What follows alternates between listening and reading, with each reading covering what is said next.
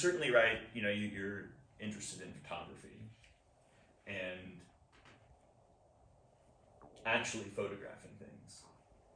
Whereas for me, I sort of got stuck on the first step of it, which is if you were just thinking about the theory of perspective, if that was you were just like, I'm not going to take one step further until I've understood perspective at the deepest possible level. Then you'll never take a picture. Yeah, I'll never take a picture. Exactly. and in fact, I don't, you know, because I spend all my time just even wondering what lines are. I love that. You're actually willing to, you know, pick up geometry and play with it prior to understanding it, and I think that's so much more effective. Oh, it's not it's like trying to learn how to drive without getting a car. You know, like I'll read all the manuals first. Or taking a photograph that has these infinite. Oh yeah, so we started this conversation by discussing what I'd never noticed was all the triangles in this photograph. So this triangle's in the sail, this triangle in his arm, this triangle in her hands, her body's making a triangle. And you draw a line with the water.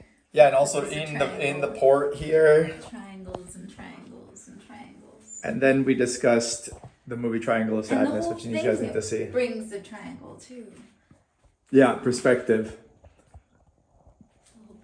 And it's not just triangles. There's circular. There's just the lines. There's right angles. I just see it as a series of angles. Even all the little triangles in here. Yep. This is my favorite photo I've ever taken, and I've never noticed the triangular aspect of it. It's the first thing I saw. When I saw it, it was like, did you actually plan for them to have this perfect relationship between his elbow and her butt?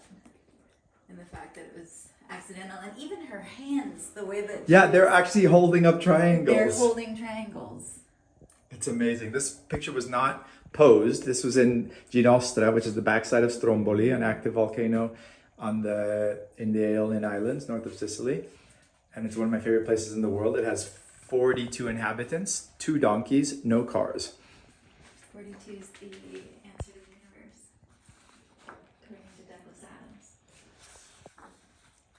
So you don't feel comfortable sharing your passion for geometry on camera? Oh no, I mean I can talk about geometry. I didn't have a great answer to Living in your particular geometry. question. Living in geometry. Yeah, I mean, you know, I'll talk about geometry. I want to know not know the details of geometry, the geometry itself, but more why geometry appeals to you as a subject. I've never met somebody passionate about geometry before. Well, I think it's like a lot of things. It's path dependent, right? So, I mean, I think, you know, it's hard not to talk about details, but... You can talk about some details, but I'm just saying, like, rather than go off about hyperbolic geometry itself, I'm curious, like, what it is about geometry as a subject that gets you riled up. Well, I mean, one of the questions I remember having early on was, you know, when learning about the Pythagorean theorem, for instance, like a squared plus b squared equals c squared, and you have her in this photo. She's almost a right angle, and my question was why. You know, it's like, and I remember asking this, like, why the Pythagorean theorem? Why not something different? Does it have to be that? And the answer that I got at the time from that particular teacher was that was sort of a nonsense question. That, you know, the Pythagorean theorem just is. It's just a fundamental fact. Like, you can prove it visually. You can maybe arguably prove it trigonometrically, although you could argue that some of these definitions could be self-referential, but like there's no alternative. And it turns out that's completely false. Like, you actually 100% can have many alternatives to the Pythagorean theorem. In like non-Euclidean geometries? Well, I mean, the most basic one would just be if you were on the surface of a sphere. There's a trigonometry in which, you know, triangles operate, and, you know, you have a different form of the Pythagorean theorem on there, where, you know, the angles are replaced by, you know, cosines, and this is like a way to do it. You know, like, this is technical mechanism, and you can have, you know, all the sort of 5 rules of trigonometry can be transposed into different choices. But so why is that interesting?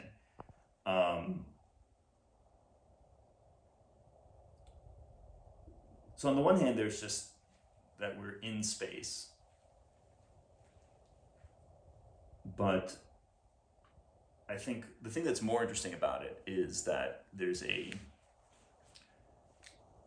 philosophical connection to cognition, where I tend to think that our cognition is probably adapted from a prior, evolutionarily prior geometrical processing system. So I think that, human beings evolved from nonverbal animals, and those nonverbal animals had to solve geometrical problems in order to survive in their environment. And that at a later point, when we evolved whatever capacity we have that has allowed us to do the things that we do, I think that most likely that capacity was, retrofitted onto this geometrical system. But that geometrical system was modified into one of its other generalizations. So I think that internally, the geometry that we use for cognition is not Euclidean geometry, but it's one of these other geometries. And there's you can go very general on it and think about very non-standard geometries, but there's this whole history to it as well. The history goes back. People were racking their brains about this stuff since a ton of antiquity. I always talk about, I just realized I do have a passion for geometry, because I always talk about one of the reasons I love Bombay Beach is that it's on a perfect square, and that the whole town is contained inside this square, and there's not one house outside the square. So that makes it feel contained in this very psychologically reassuring way. And the fact that there's the berm around it too, that you can't see the sea. It's just this absurd, and the fact that you're in the middle of the desert, so it could have been any shape or no shape. It could have been kind of an amorphous thing, but instead they chose to make it this very rectilinear thing, which is now reinforced by the fact that the streets are new. So you've got these black streets. Yeah, what are their options? What else could it have been? It could have been just like every other town in the desert, just kind of amorphous, with just houses kind of being built outside of any particular shape. Well, you also could have done hexagons, right? You want to be able to stack your system in a space-filling way. And in the Euclidean plane, there's only 3 ways to do that with regular shapes. So you can do it with equilateral triangles, you can do it with squares, you can do it with hexagons. If you only want to have one shape, then it has to be a regular polyhedron. And then if you go to 3 dimensions, if you wanted to build a 3-dimensional system, then the hexagon option goes away. If you wanted it to be regular polyhedra in 3 dimensions, the only way to do that in Euclidean space is with cubes. I love cubes. That's why we build cubes around Bombay Beach. However, if you were to expand into a non-Euclidean space, so the most accessible one would be hyperbolic space, you can use other shapes. So you see in those M.C. Escher drawings of these tilings that seem to distort in a fisheye way, they're not actually distorted. They're actually just regular hexagons or regular heptagons or whatever shape you want, and they're actually fitting together evenly at the corners. But it's because of this projection to allow us to visualize them that we feel that they're being distorted. This perspective, it's like most maps. Yeah, it's exactly like that. You're mapping this flat plane into something that our Euclidean eyes can interpret, and you can do this in 3 dimensions as well. And so, unlike in Euclidean space, in hyperbolic 3-dimensional space, you actually have 5 options for how you could sort of. Wait, what's hyperbolic geometry? So hyperbolic geometry was the 3rd geometry that was discovered after, let's say, Euclidean geometry and then spherical geometry. And people had to do spherical geometry for maps. Right? He was murdered for it. Well, Hypatius Who was killed for it? Hypatius was murdered for discovering that this is possibly apocryphal, but that the square root of 2 is irrational. And Pythagoras had him killed. Wouldn't have been directly one of his. They say that one of the Pythagorean cultists. They went on a trip to sea, and Hypatius was not brought back. And I applaud this. I think that they were right to murder Hypatius. Why? Because he was posing a problem without a solution, and I think it kind of put us on a bad track. I think it would have been better to take a minute and think it through before committing to the existence just of the irrational. But they just do exist, right? He's just pointing out something true. Or what's your sense on the ontology of things like numbers? Do they exist? So that I think is a really interesting question, and I can say that I have at this point in my life some predilection towards thinking that the irrational numbers do not exist, and that Hypatius was kind of inserting a virus into the mathematical mind that caused all kinds of trouble down the line. It's an ethical issue that you're having though, because you're saying that he is by posing a problem that doesn't have an answer, that he has created this anarchy, this chaos. Yeah, well, yeah, and so the Pythagoreans are like, we need time to work this out, kill this man. But the thing is that I think eventually, honestly, somewhat quite recently, in my opinion, there's this guy Wildberger, who I'm a big fan of. I mean, there are alternatives. You don't have to go the route that Hypatius went. I think that he was thinking a form of madness, and if a man is a madman, and if it's a catching madness, then what do you do? He's insane and he makes others insane. Do you know about Diogenes the dog? That's my new obsession. Oh, tell. He was a compatriot of and what would be the word when someone lived at the same time as somebody? Of Achilles? Are we talking about Diogenes? Or? No, what's the word for a contemporary is the word I'm looking for. He was a contemporary of Plato's, and he hated abstract philosophy. He thought philosophy should be lived. And so he, so Plato said, who's there? Hey. Hello. I'm just telling my friends about I'm John. Diogenes the dog. Have I told you about Diogenes the dog, my new obsession? Kona. Great. Have I told you about Diogenes the dog? No. Okay, so he was a contemporary of Plato's, and he hated abstract philosophy, and he thought philosophy should be lived. And he would make fun of Plato and his school. And one of the famous stories about him is that Plato was giving a lecture, and there were these outside classrooms, and he said that the definition of man is a featherless biped. and Diogenes the dog, which is called kynikos, which the word cynic comes from. So he was the founder of cynicism.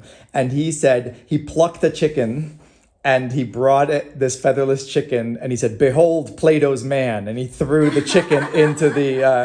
And so they had to redefine man as a featherless biped with flat, broad fingernails, and then Diogenes lived. That was the only differences they could find. Yeah. Between us and Those are the big ones. Diogenes lived in a big clay pot in the market, and he would masturbate in public. Wow. And when they would confront him about it, he'd say, "If only I could satiate my hunger as easily by just rubbing my belly."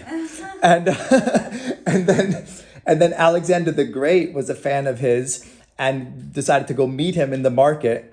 And he said, "I'm Alexander the Great. I can do anything for you. What would you like?" And Diogenes looked up and said, "Step out of my sun, please." And then supposedly Alexander said, "If I were not Alexander, I would want to be Diogenes." Mm-hmm. And Diogenes said, "If I were not Diogenes, I'd also want to be Diogenes." And it's just full of stories like this about him. It was really amazing. Wait, so cynicism came from the word Diogenes? Dog-like. No, it came from, they called Diogenes kynikos, which means dog-like, because he thought we should live like dogs. And that the dog has no shame, the dog is honest, the dog doesn't have hypocrisy. Very existential Dogs too. have sometimes. What's I that? think I've seen a dog with shame. I think so too. Oh, absolutely. It was an idealized. But not for licking their genitals wherever they want. No, not genital-oriented shame. Yeah, no, they thought we shouldn't be They're also ashamed of. very existential. I mean, if you leave a dog for 7 minutes or 7 hours, their reaction when you get back is the exact same, the same level of joy. Look up Diogenes the dog though, because there's I'm only remembering 3 or 4 of the great stories, and there's like 20 of them that are equally amusing. I highly recommend. But John is very passionate about geometry. And you said And- something. Oh, sorry. No, so I was just like interviewing him about geometry, and he said that one of his he stops at abstraction so much that it like stops him from like wanting to do like actually implement it, because he said like he likes the fact that I take photographs, for example, and that look at all the triangles inside that photo, but he would never be able to pick up the camera because he's obsessing about what the horizon means or what a line is. Yeah. And John, so when you were talking, you said the geometry that we needed for our survival, and I wanted you to explain on that. And if you just mean like the recognizing of patterns, like we were talking about apophenia last night, the tendency humans have to make patterns out of things and to recognize patterns like faces, and it's the pattern of this plant that is medicine versus this plant that is poison, right? Is that the survival? Well, I think very generally, yes. I think at its most general level, you are talking about symmetry, and abstractly, I mean, so there's this famous thing called the Erlangen program, which was sort of developed by Felix Klein in the early 1900s, and late 1800s. Actually, when did he actually? Let me think about it. No, I'm screwing this up. I think he actually published it way earlier than that. I think he was at I think he actually published the original paper in like 1877. So I'm off by quite a bit. But Klein, they were asking this question basically because what had happened was that you had this sort of discovery of hyperbolic geometry, and it was sort of a big deal intellectually because you had this like idea from so this guy, this Kant, who had this famous argument that Euclidean geometry was the only possible geometry, that it sort of followed from like a priori considerations, and that it was the only geometry that rational beings could think. It was necessary. And at the time, Gauss, who is considered to be probably the greatest mathematician in history, he knew privately that wasn't true, and people were like, there's this famous correspondence where he was talking about Kant, and he sort of just knew that Kant was full of shit, and he said that when the philosophers say something that is correct, then it's trivial, and when they say something that's profound, it's incorrect. And so he and it's documented in his writings. He never published on non-Euclidean geometry, but it was all like in his posthumous writings. He just totally worked out the theory. But his college friend Farkas Ballier, this is I guess now going back to like the 1820s. He had like a much less successful mathematical career. He was a Hungarian duke, some minor nobility in Hungary, and got obsessed with this idea of this classical problem of the fifth postulate, which was this idea from antiquity. It was literally like starting up geometry. Euclid lists his 5 postulates, and one of them is this thing, the fifth postulate, which is a statement about parallel lines, and it's different from the others. So when you're setting up like planar geometry, your basic postulate is like, okay, between any 2 points I can draw a line, things like that. And then the fifth one is like this complicated statement that essentially says that if you have a straight line and a point that's not on the straight line, like we're talking about in a plane, then there's exactly one line which goes through that point and doesn't intersect the first line. And that's the definition of a parallel line. And it's much wordier than the others. The others were like 5-word sentences, and this one's like a paragraph. And people were just like, they had this idea that maybe it wasn't something you had to assume, maybe it was something that you could prove, and so it could be a theorem, not an axiom. Like you don't have to assume it. And so people puzzled over this for centuries. People spent their lives on this problem, and all through Arabic times and mathematics, and everyone was trying to prove the fifth postulate from the others, and Farkas got into this topic from Gauss because they were studying it because Gauss's tutor taught him about this problem from a very early age. Gauss was already like on it, and then Farkas kind of went his own way in life and was like kind of unsuccessful as a mathematician. Still published, but wasn't like some famous mathematician. But his son, Janos Bolyai, was like raised from birth to like have like all the tools you would need to solve this problem. But there's this famous letter where Janos starts thinking about this problem, and Farkas begs him not to work on it. He says, "I wasted my life working on this problem, and I promise you there is no answer. I've gone to the bottom of this pool, and it has no bottom. I destroyed all the best things in my life by obsessing over this problem. I beg you to fear it as you would fear the sensual passions." The sensual passions? Yes. Are those to be feared? This is 18. According to mathematicians in the Victorian era. Victorian mathematicans. Is it fear like respect or just fear? Stay away. It'll destroy your life. It'll destroy your life just as much as Wine, Women, and Song, I suppose. And so, and of course, you know, Janos Bolyai, young man that he is, and he's a character.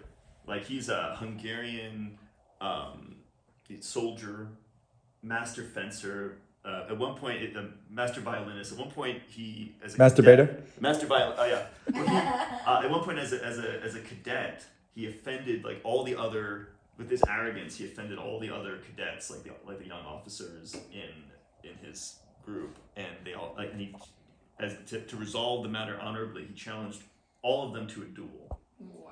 And he would fight them sequentially from dawn to dusk, requiring only brief periods in between bouts in order to play the violin to regenerate his strength.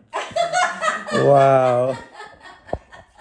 Amazing. And supposedly defeated them all handily. Like that. Wow. He's Janos Bolyai. He's raised to be Janos Bolyai. Badass. So what does he do with So of course he problem? ignores his father's interdiction and works on the problem and reaches the opposite conclusion that the fifth postulate is in fact an axiom, that you have to assume it because you can also assume its opposite, and if you assume its opposite, you create this other type of geometry, hyperbolic geometry, like the first truly non-Euclidean geometry. You can make an argument about spherical geometry. And he wrote back to his father, he says, out of nothing, I've created a strange new world. And this is your obsession, is hyperbolic geometry? Well, so people got or your passion. I mean, yeah, you can kind of like generalize it, but I would say that's where I got sucked in. And the reason why I got sucked into this problem, though, apart from just like a general interest in geometry, was that I was thinking about cognition and how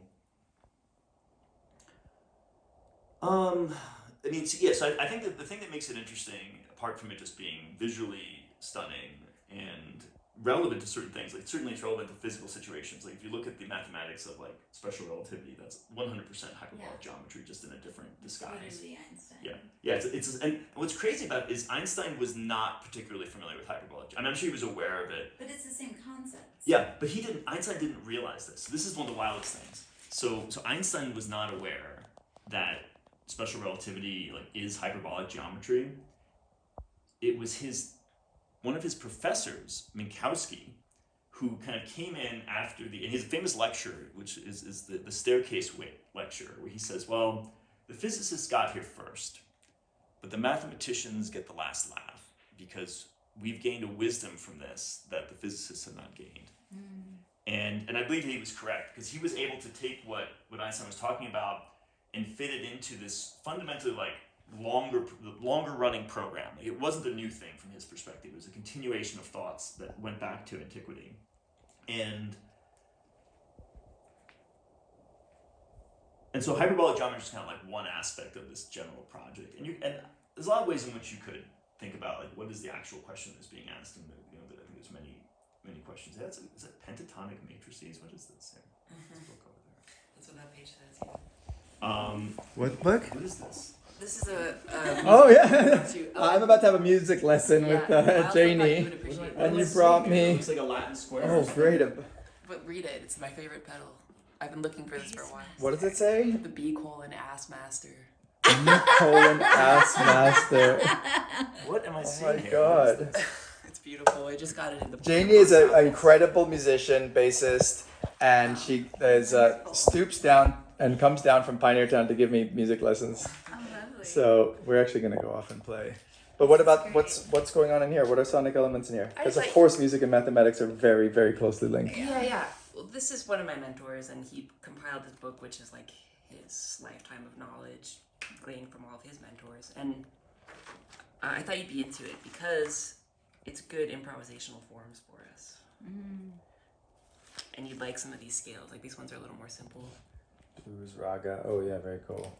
So, but then it kind of goes through transpositions, and then he starts to do them in these matrices so that you kind of more aptly move vertically than we tend to think in our brains. Our brains tend to go linear. But when you have it mapped out this way, you kind of like, it just gets a little bit deeper. And then geometrically, this stuff is the weirdest for that. Well, And there's so little music. Speaking of triangles, yeah. Well, Smolian told me this story of like how like there was this mathematicians. These are just Oh my gosh. just ways to kind of sculpt your brain for improvisation and hearing. And then the triple diminished galaxy. Okay, this is just too good. This is way too good. it's too perfect. Triple Weaving. diminished clover. See, this is somebody who's actually living mathematics as opposed to It thinking is. about it. So Smolian told me the story of this mathematician friend that he had that hated music, and all these mathematicians were talking about like the similarities between music and mathematics, and this guy was getting more and more frustrated, and finally he put his foot down and said, "Gentlemen, I don't understand. Mathematics is beautiful." I mean, music is challenging for me. I've tried multiple times to bust in, and Music is mathematics performed, someone said. Yeah, the audio language. Okay, on that note, we're gonna go perform some